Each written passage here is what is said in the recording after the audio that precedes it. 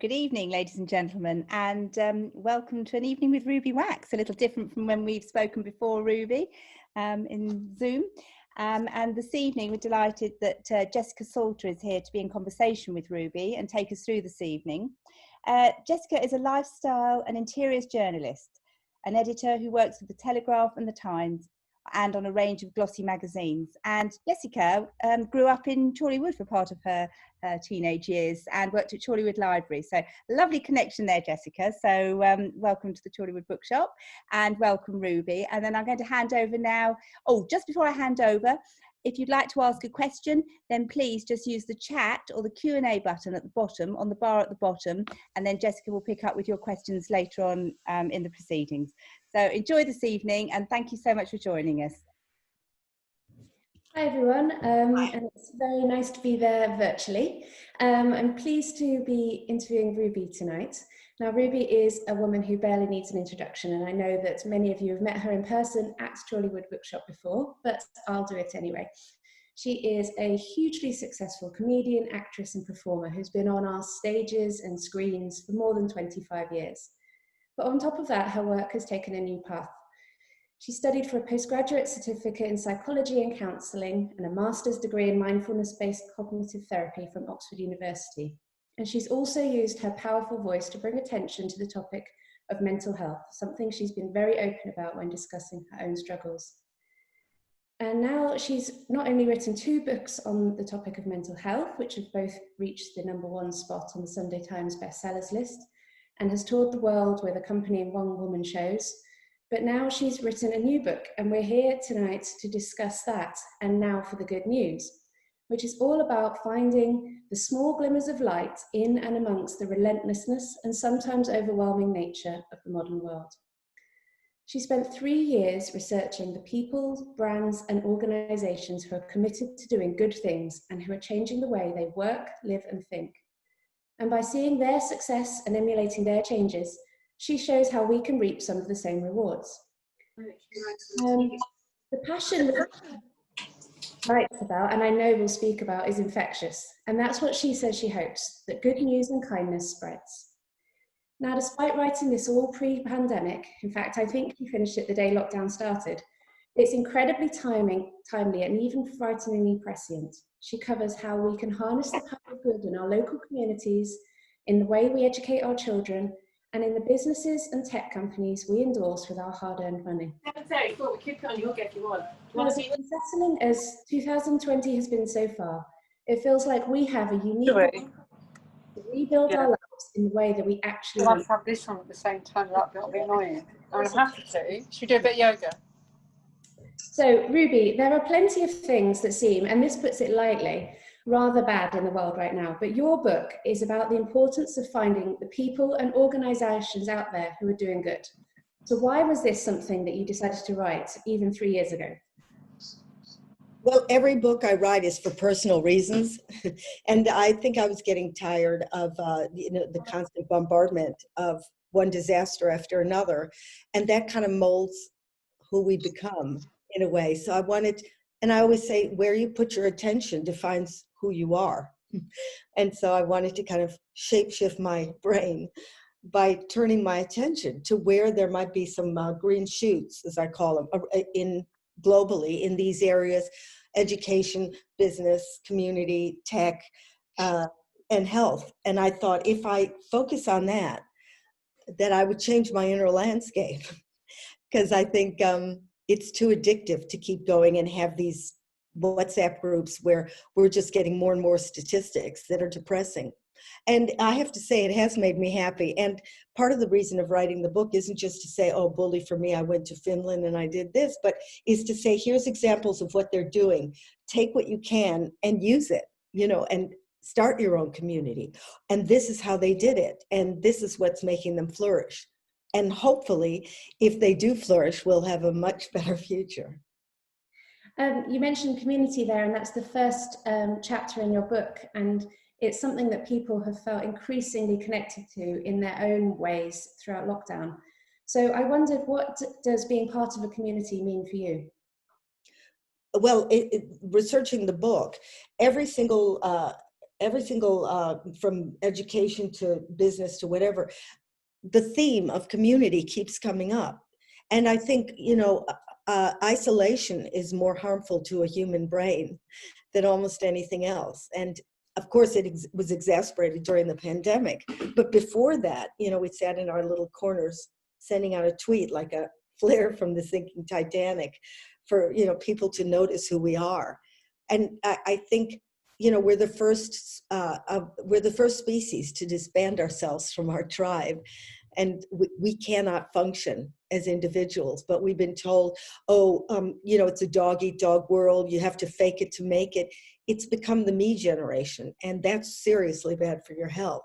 Well, I think community, and you can see it thriving during the pandemic. And I'm not talking about people who don't, who aren't able to get food or whatever. So let's leap out of that one, though we need to pull them into community and take care of them. But I hope this interconnectedness lasts when we all can get out. Because, for example, I really believe in community, so I don't mean to take it off the book, but I do a frazzled cafe each night, and which means they come online and it's a Zoom, and people are told, don't give us the news, but speak from the heart, speak human to human. And there's about 50 to 80 people, they do.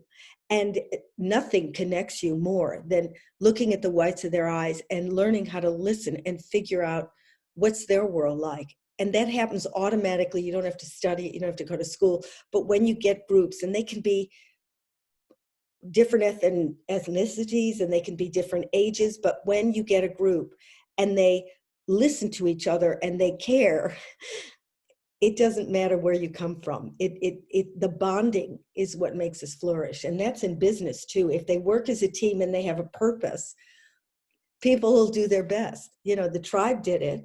Even if somebody was slacking off, they would step up for the sake of the tribe. And in the past, people had their family and people had religion and people had, their community was sewn into the fabric of society. And we're the first to lose that connection, and we better get that back. Otherwise, it's just going to keep going. And no human can take the pressures that we're all under in this in this culture, which is constantly competing, constantly, in a state of envy, and constantly rained upon by horror news that we can't get our eyes off, and then we get more bad news. And this is, in the past, you just knew what your neighbor was up to. If the man next door to you was having sex with the woman next door to him, I'd have to know that. But 5 doors down, it's none of my business. We don't have the bandwidth to take all this in. Yeah. But I'm going off piece. That's not what the book's about. The book is about being able to figure out how to bring community to your life. Yeah. So you've got some incredible examples for all of these topics that you cover. And in the community chapter, you talk about going up to Scotland to the Finhorn Community. And I wondered if you could describe what you found up there.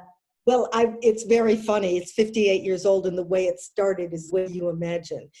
Very kind of spirits and, voices coming and telling the woman who founded it that she must go plant vegetables on this sand. And who knows who was talking to her, but higher beings. And this was a very straight woman, was married to a brigadier or whatever, and they lived in a trailer, but she had a calling. Well, what happened was, at first it was Bohemia, but then out of the sand, these giant cabbages started growing. So scientists started to come to figure out how's that happening. So jump 10 years, so intellectuals started to come from universities, scientists came, and even 20 years ago when I visited it, aside from the roots, they're so ahead technologically. They had solar paneling back then. They had homes that had kind of turf growing on the ceiling. And now you do go to Finhorn, a lot of is zero emissions, and everybody talks about what a disgrace the world is. Well, I say, get off the pot, and do something, or shut up. So when I go to Finhorn, you can see how it's done. You can see what recycling, what sustainability, all that stuff that we all yabber about but don't quite know what it is.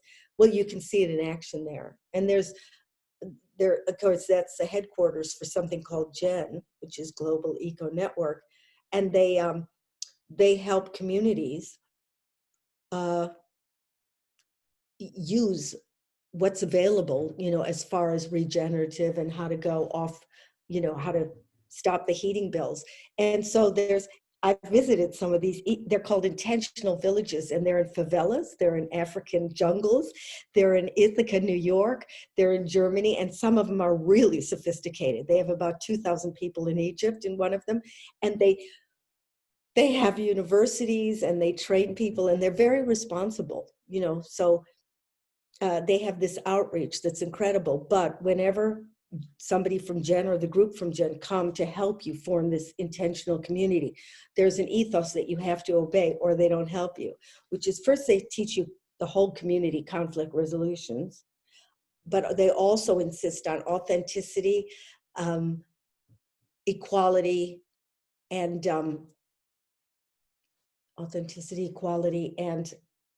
there's a third one. But you imagine in some of these little African villages, suddenly the women have to have more, more of a say, and they didn't have a say before. So they're really changing the world. And this began as a little, offshoot in the 50s. And now, look, now they're the role model for how many of us would, a lot of us would like to live. And the great thing is you can pick and choose kind of aspects of that, really, isn't? And you can apply that to your own life, be that, taking it shows the importance of that community. To, wherever you live in, you just said in Chorleywood, where I am, in Buntingford and in Bulldog, which is near me, near Stevenage. I live above Stevenage. I have a little nano house. See, I'm already talking eco. And in those communities, since the pandemic, they do have town hall meetings now. And they're not just talking about, I don't know, whatever they used to discuss before, but now there's days where they pick up the rubbish, and there's days where they knock on doors for people who can't, get out of the house, and they deliver food. And that's changing, I think. So I think if we learn from these intentional communities as to how they run those town halls, and, how to give everybody a say, and how to really, create a less them and us society. Yeah. Well, that'll help the world. So I am offering things that aren't just about things that we'll never be able to visit, but that you can use at home. Yeah. And that personal connection is really important from a community too. I know that when I had my daughter, who's 3 now, and going to kind of groups with other new mums, going through this crazy experience that we were all going through at the time. And that's just a different version of that is what's happening now. We need people to talk about this more than ever, I think. And help each other out, because we live in these so many people live in towers in the city, and they're so, that's how they were designed. And you can look over and watch somebody else's TV, but you can't see them. And now we call services like Deliveroo, and somebody else can help you with. In the old days, you just say, excuse me, to the neighbor, do you mind watching whatever? And there would be that sense of, yeah, we're all together. We live together. Most people don't know their neighbors. I mean, I never saw them until they all started banging the pots and pans on Thursday night. And that sense of community, my God, that was compassion filling the road. And I wish we had that, well, more than we even did on a Thursday night. That would just be the dream. Yeah. There is an intentional community though in London, and we could look at that as a sample of, so some of it is free housing. It's in South London. It's called BedZed. They have a community center. The ladies with babies go there and they can hand the baby and go off to work. There's workshops for the elderly, there's yoga, there's Zumba, but it's not expensive. They're taking care of their own people. Plus there's no heating bills because they know how to structure those buildings. And there's a big plot of land where everybody has a little piece of the garden. Because I think another thing is it earths people, no matter if you're a professor or a startup or you're out of work, that really helps community, sense of community. So in 2 weeks, I'm going up to Finhorn to stay there for a month because I like that people have your back. And when they speak to you or you pass them, they look you in the eye. And nobody asked me what I did for a living. and I am going to work in there. But since the cabbages, it's forests, and that's the mystery: is how did this grow on the sand dune?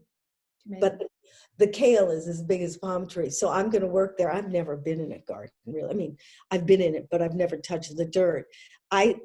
Last week I went there just to check it out. I started picking tomatoes, and the vegetables do go to a food bank in Elgin, where they don't have, people need the food. So you do feel like you're doing good.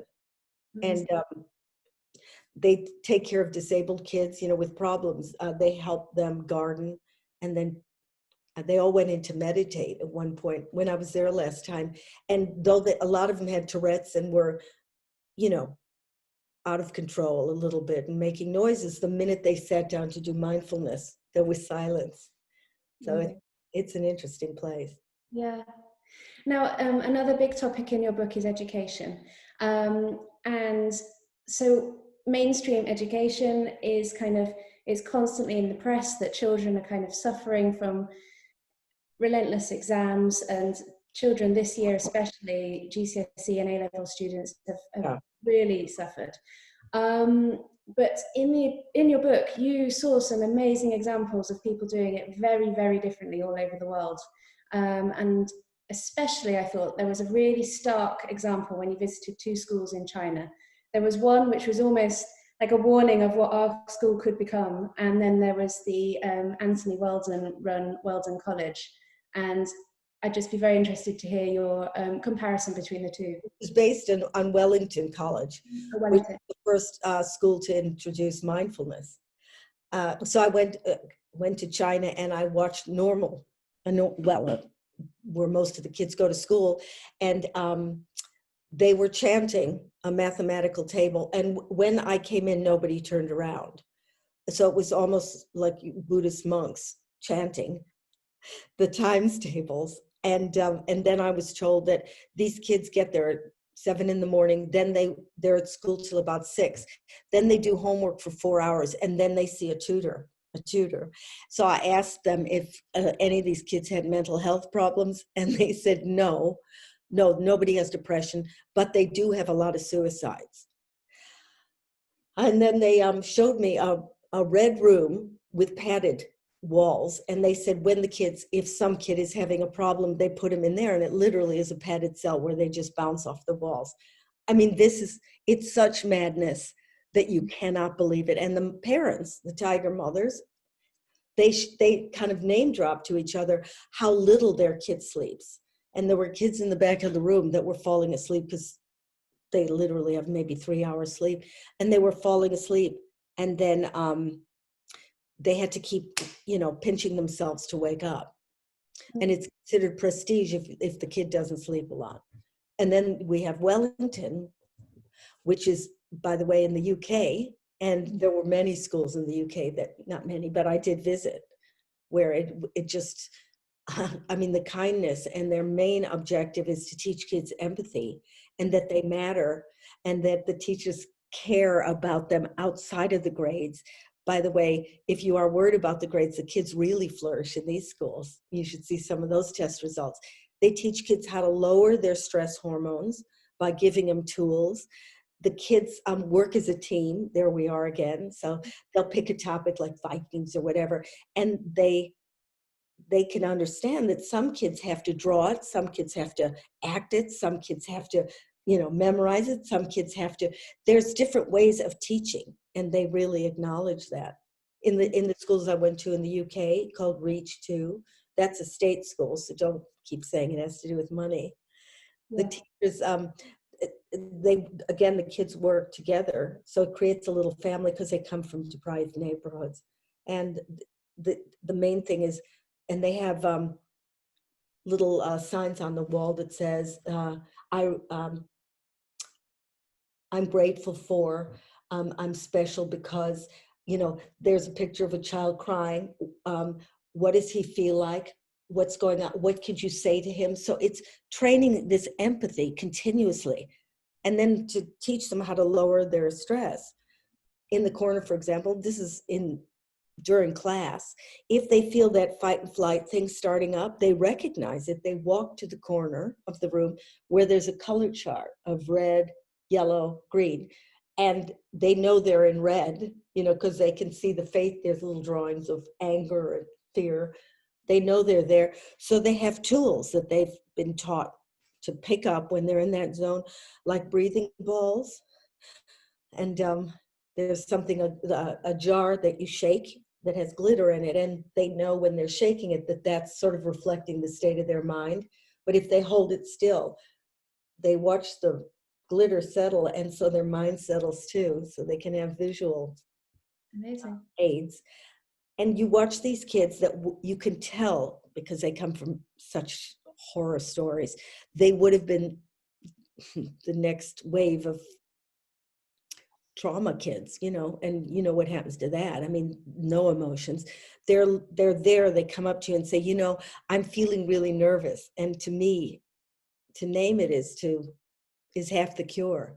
And then the parents and the neighborhood who have the highest drug problems in the UK built these kids a Zen den, and the kids go in and meditate. Then they learn gardening. They didn't even know a zucchini came out of the ground. And there's cooking classes where they teach their families how to cook. Amazing. But it's touching. And at the end, when they all sang to me, they sang, what is it? Something. But I started crying, and I don't cry because I'm on antidepressants, but it was the most touching day I've really ever had. Now you can take some of those techniques, which I write about in the book, you know, what's on the walls, how they teach empathy, and use it on your kid. You know, these are great tools. So Yeah. the idea is always, if you go to my book, you don't have to go where I went, but it should spark an idea. And there's proof that these things work because they have test results, and they have, you know, it's not a small sector. Some of these are major schools. Absolutely. Certainly in Finland, I went there, and well, their education is off the chart. I met the Minister of Education. He said, we're not here to get Nobel Prize winners or heads of a bank. We just want the kids to feel safe.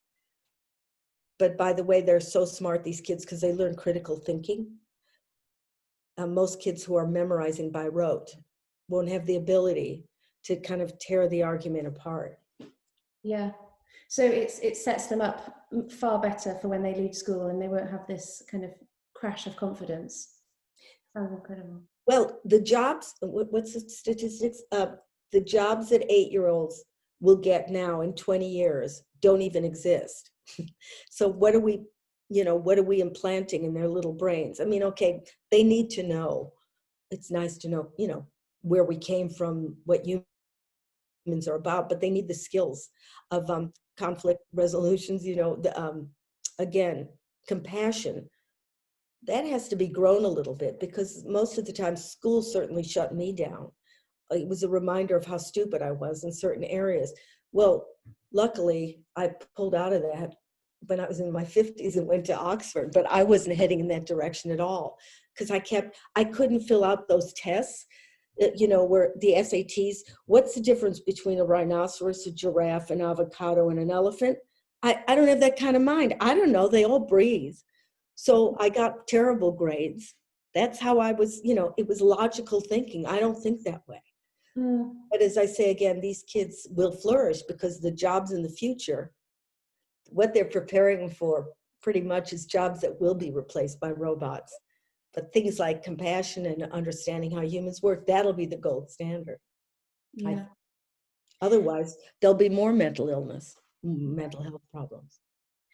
You mentioned compassion there, and that does crop up quite frequently in lots of aspects of your book. And you've written before about how fear is infectious and grabs our attention. But your argument here is that compassion and kindness can be the antidote.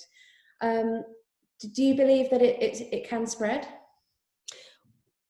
Well, because when I went to Oxford, what was my thrill is that we did learn a little bit. We learned about the brain, because I'm a pragmatist. I don't, you know, I'm not throwing the angel cards. I really love science, and when we feel safe with each other, it's because we're both switching on a hormone called oxytocin.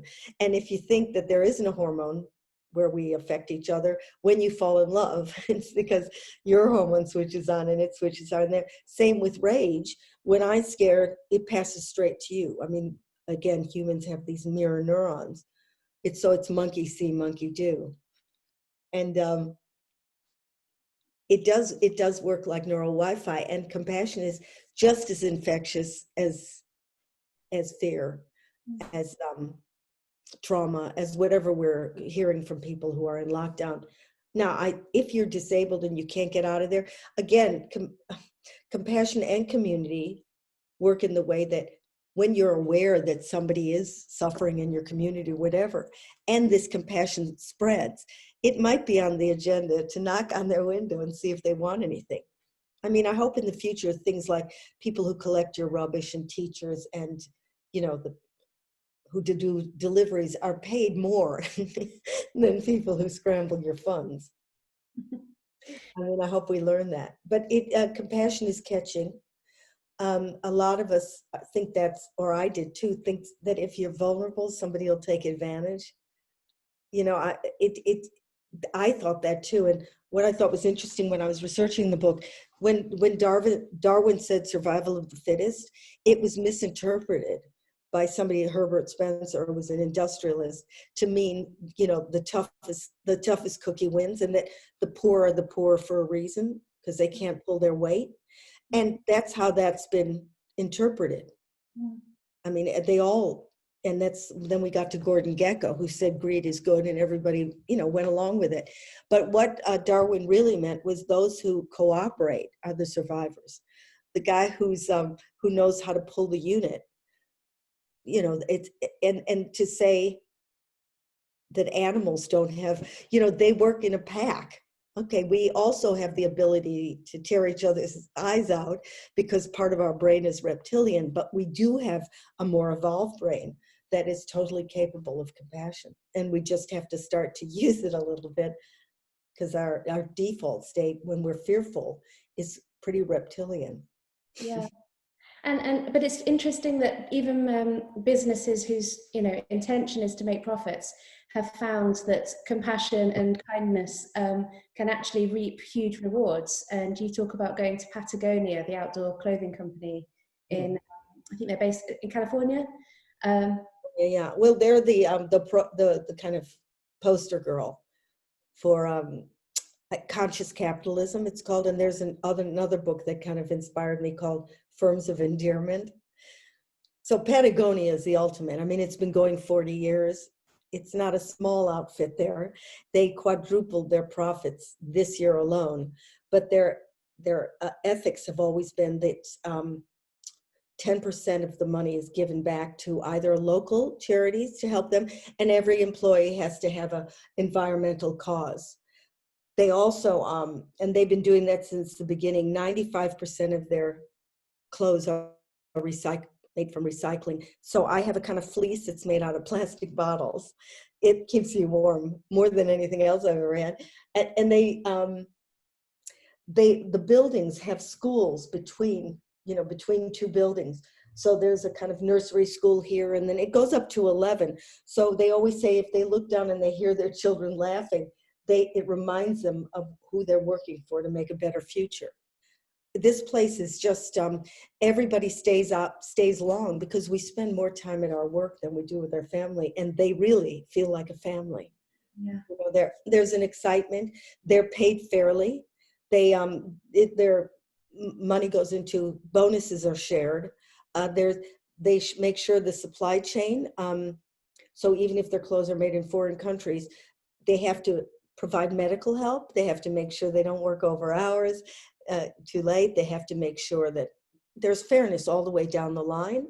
And I tell you why it's important.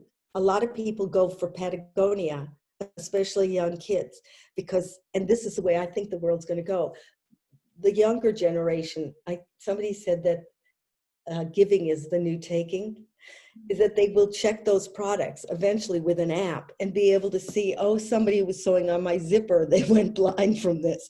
And, checking the products, who used what. And we will get more and more accurate about, so if you go to Patagonia, or there are other companies, Ben and Jerry's, Dove, Dannon, I have a list in the book. It's teamwork. Yeah. It's about them making decisions and the people above trusting them enough, because otherwise you're waiting for the guy at the top to make the decision to answer. Meanwhile, business goes, it slows it down. Yeah. And this thing of taking care of each other is unbelievable. What's So really, I loved it. I would work at Patagonia in a minute. yeah. What was really heartening about those examples was that it wasn't just small eco businesses, which you do trust to do good things. It is a handful of big corporations who are taking the initiative on that kind of way of thinking. Or at least trying, I mean, everybody's going to roll their eyes and go, yeah, it's just greenwashing. They put a wind machine in the men's loo, instead of a hand dryer, and now you can do carbon credit, when you fly on a plane. They give you some seeds and you can plant a tree.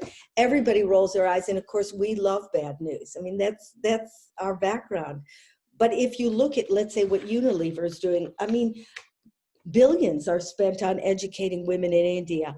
If you look at PG Tips, I think it is, or Brooks Tea, they have something in India called Have a Sip of Tea and Talk. So they have special cafes that are built around this product. But it's where you can talk about being gay or transgender, and this is in India.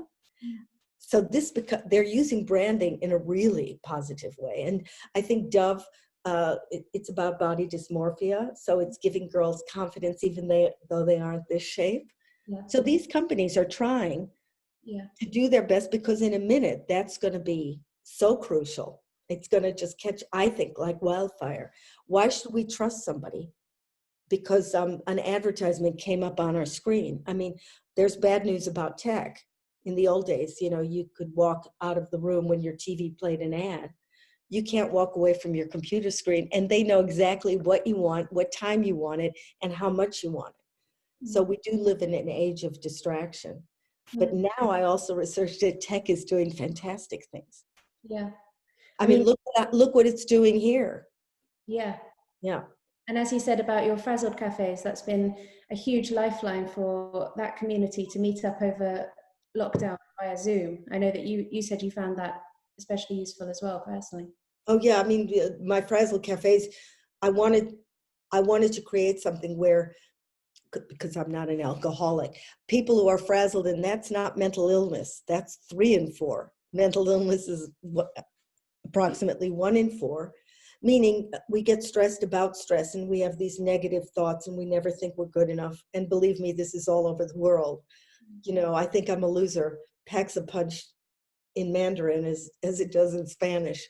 And that's it's something else I studied at Oxford, is why we have this proclivity for thinking negative. And it's exasperated by social media.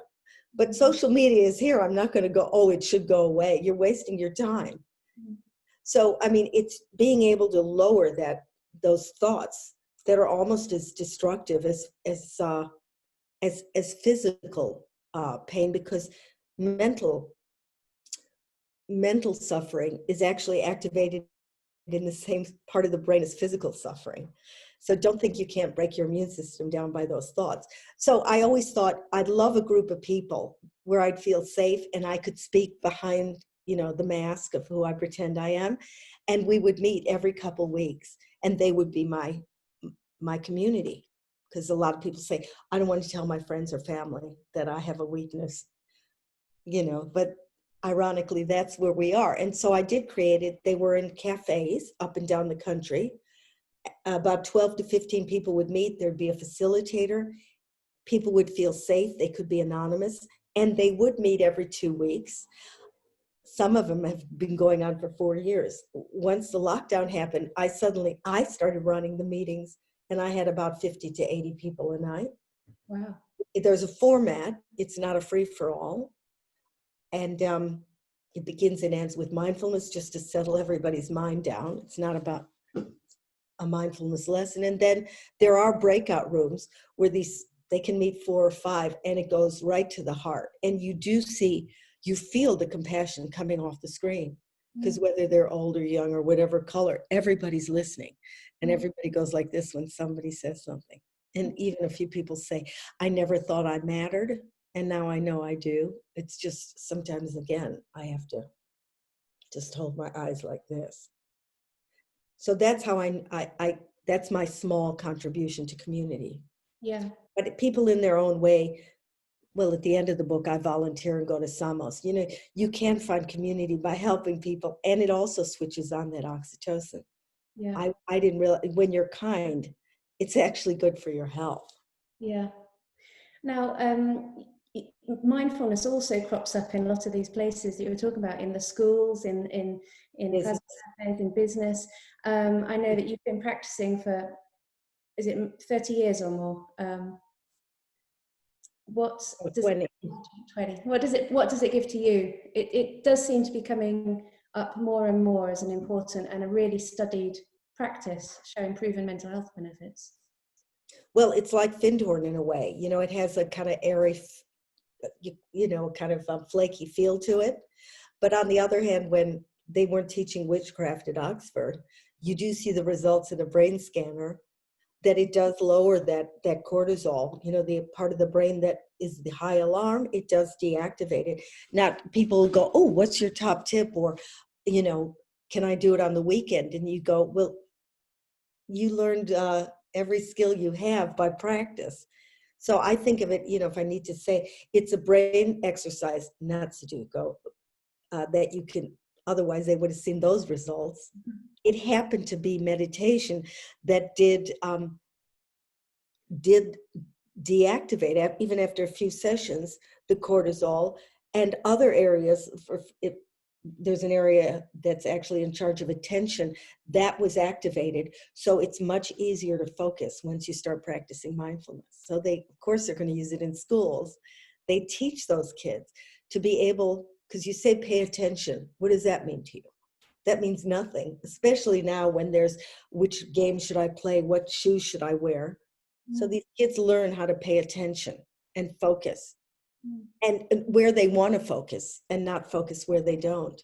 So they can use that tool as if the teacher really teaches them how to spark their curiosity. They can then take it from what their fascination is to, you know, teaching them mathematics. It's the same attention that draws them to what they're interested in as to how the teacher can present something like, you know, what they need to do for their curriculum.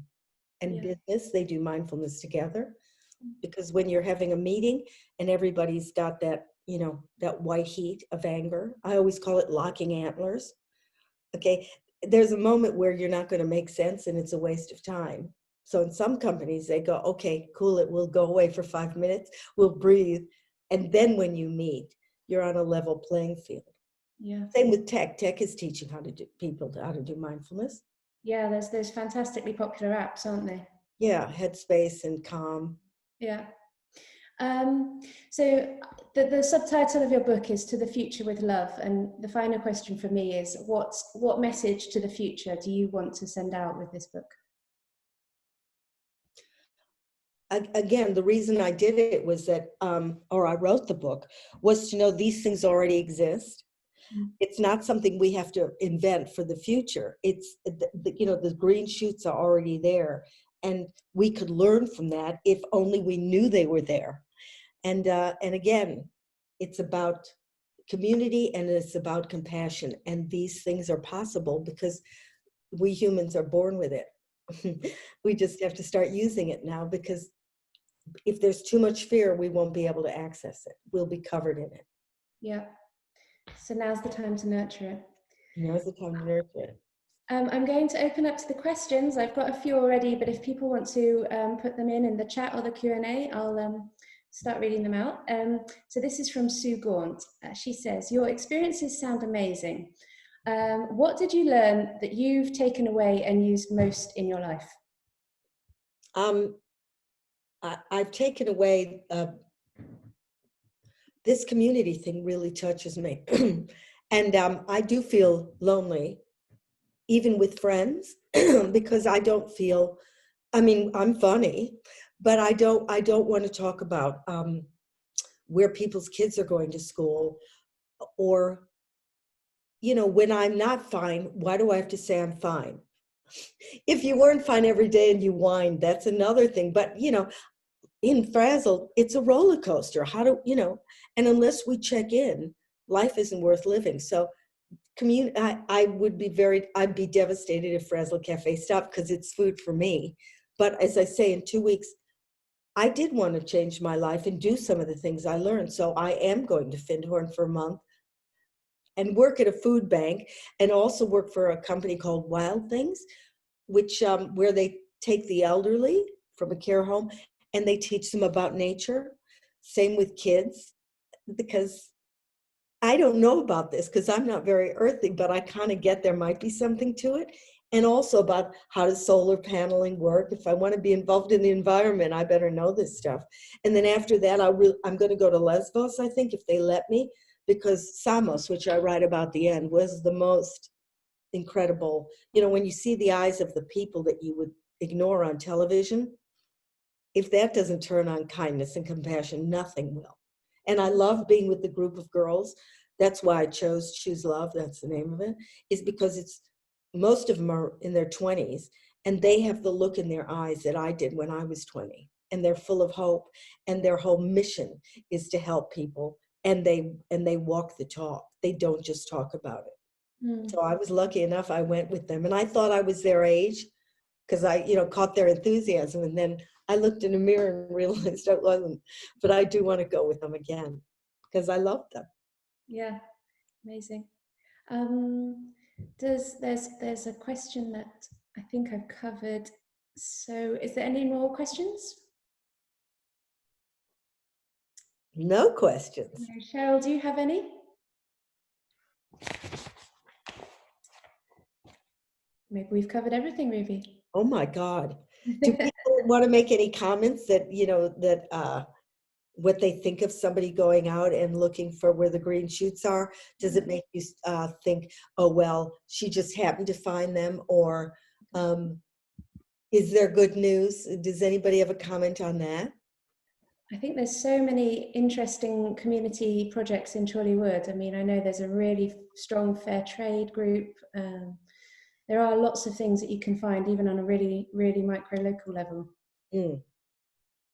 And also, there's a chapter on food, and I sort of discuss how we, again, have been sort of bamboozled by brands. Yes. And I do make it, you know, I'm a comedy writer, so I sort of do what Bill Bryson does, who's my God, is that you take real facts and then you spin it with comedy. But we, you know, I do give the history of what we used to shove in our mouths. And there was a moment where people started to think that bread and cereal was really good for us. And that was my generation. And actually, it's terrible. You know, people, and then there were diets where they told us that it was, that protein was not good for us and carbohydrates was. And actually that was backwards, you know, and I lived in fear. Can I eat an egg? Will it kill me? Or, you know, most of us are completely fuddled as to what works. And there's these great diets in the past, during the 20s, the flappers would just smoke cigarettes, Lucky Strike, so they could have those boyish figures. And they, there was something called the Sleeping Beauty diet where people just slept so they could lose weight. And another person had tapeworms. But actually, then by my generation, processed food came into being because they wanted to make it easier for the housewife. Meanwhile, they were killing us off. And I thought, oh, cereal, Tony the Tiger, this is so great. Or Wonder Bread, Twinkies. It's a miracle I'm still alive. And now, of course, probiotics is the it girl. But again, science has stepped in and gave it, you know, real backup. And probiotics is interesting. It's in the foothills, but again, branding has jumped in to rip us off. People now buy probiotic capsules. It's in the foothills. You can't do it in a capsule, but they're looking into it because we have more neurons in our gut than we do in our brain. So you can't argue with that. And that probably the bacteria living in your gut is influencing your mental health. And actually, because there's trillions of bacteria and only 20,000 genes. But this is the future, and the future is just beginning. So we can't say, oh, it's a finished product. But understanding that there are great scientists out there who are playing with this stuff means that we'll live longer, we'll be healthier, and we might just save ourselves from mental illness. I've got some great comments that have popped up. So Carol says, it was great to listen to you after watching David Attenborough's wonderful program last night. Oh, I can see that tonight, yeah. Well, she says she left her in despair, but she wanted to add that your books have really helped her, and she's a bit of an evangelist about them. Love the page about the benefit of mindfulness. Thank you. Another Carol says, I think the Sleeping Beauty diet should come back. You know who did? I think Maria Calais did either the Sleeping Beauty diet or the tapeworm, one of those two. Isn't it funny? And in LA, they have a diet, I'm not kidding you, called the Breatharian. And I swear somebody said they have breatharian restaurants where you don't eat, you just breathe. Oh gosh. I don't think I can take that. Anne says, why can't the politicians learn from what you're saying? Because I think politicians, you know, it is jobs worth. I think business has more money than politicians because their piggy bank's empty. The people who might be the inspiration, they don't have to run every 4 years. And they have, I mean, Unilever has, I don't know how many countries it goes into. So if their hearts are in the right place, it just might change. How a politician, I don't know where that begins, because look what we've got. But if we wait for them to get that right, we're already finished. Yeah. I think it has to be ground up rather than top down. Yeah. Jill says, what would you like to tell a 13-year-old watching this? How should they feel hopeful about their future in this uncertain time? Well, that's tricky because of lockdown, and that would have made me, I mean, how do you get well adjusted after that?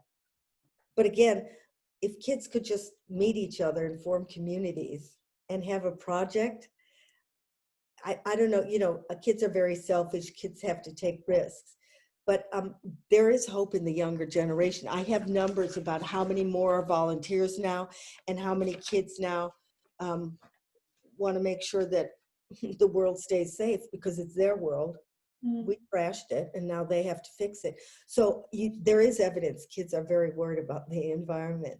So hopefully they'll do, well, they will do something about it. So again, community, find your own people. Oh, I can't hear you. I can't hear you. Okay, Jess, can you hear me? Can you hear me? I hear you, yeah. Okay, so we've got another question here. Whilst accepting the importance of what you're suggesting, how can you counterbalance the current all-invasive negative politics that's sweeping the world? Again, I'm not a politician, and nor am I that interested in it. I think it has to start with the individual. What else can I say? And people, it's, where did we get this entitlement? You know, people sometimes say, what's your top tip? And they sit in their house and yabber on about whatever. We actually have to get up and do something. I don't care what it is. I don't care if it's tiny, you know, it's knocking on somebody's window, teeny little things of kindness. A, change your inner landscape, and B, have a hit-on effect. But I don't want to seem, oh, it's all going to be positive. It's up to us. You know, it's up to the individual. The politicians, it's not my terrain. It's not my area of expertise. Fair enough. Jessica, are you back on? I am, yes. Did you have Elaine's question there? Sorry, technical glitch. Did you do Elaine's question there, or? Yes. Great. And then Sue's is maybe you've already covered, but apart from your book, where does one find the good news? That's what she would like to know. Apart from my book. Yeah. Well, go, you know, if you're in Chorleywood, go to, you know, I'm sure in the newspaper it says where you're doing your bottle collecting or whatever. I mean, it is advertised. You can Google these things.